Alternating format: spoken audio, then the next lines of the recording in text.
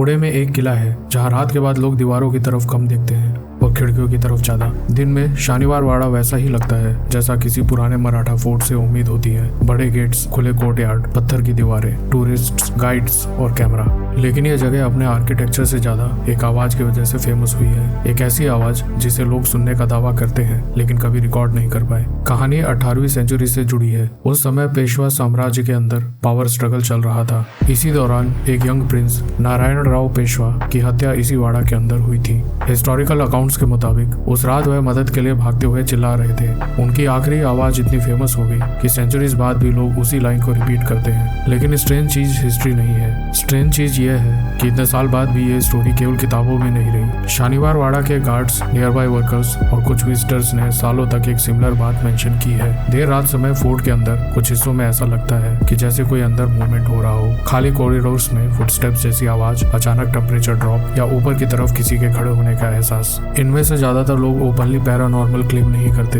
वे बस कहते हैं कि रात का माहौल अचानक बदल जाता है। और शायद यही डिटेल इस जगह को इंटरेस्टिंग बनाती है, क्योंकि गोस्ट स्टोरीज अक्सर एग्जैजरेशन लगती है, लेकिन जब लोग कामली, ऑलमोस्ट कैजुअली किसी जगह को अवॉइड करना शुरू करते हैं तब चीजें थोड़ी अलग लगती हैं। कुछ लोकल अकाउंट्स में यह भी मेंशन होता है कि फुल मून नाइट्स के दौरान फोर्ट के आसपास का एटमॉस्फेयर अनयूजुअली हैवी फील होता है। ऑफिशियली इसका कोई प्रूफ नहीं है, लेकिन इंटरेस्टिंगली कई गार्ड हिस्टोरिकली रात की शिफ्ट्स अवॉइड करने की कोशिश करते थे। शानीवार वाड़ा का स्ट्रक्चर भी इस फीलिंग को एम्पलीफाई करता है। Open courtyards, narrow passages, dark wooden sections, uneven echoes. रात में छोटी सी आवाज भी डायरेक्शन बदलती हुई लगती है। कोई दूर चलता है तो साउंड पास महसूस हो सकती है। लेकिन आर्किटेक्चर अकेले स्टोरीज को सेंचुरी तक जिंदा नहीं रखता। किसी जगह की सबसे पावरफुल चीज उसकी वॉल्स नहीं होती, उस जगह से जुड़ी मेमोरीज होती हैं। और शानीवार वाड़ा की मेमोरी एक वायलेंट रात से जुड़ी हुई है। आज वहाँ टूरिस्ट सेल्फी लेते हैं, गाइड्स स्टोरीज सुनाते हैं और शाम होते होते भीड़ कम होने लगती है। बाहर शहर नॉर्मल चलता रहता है, अंदर बस पुरानी दीवारें रह जाती हैं और एक ऐसी कहानी जो खत्म होने के बाद भी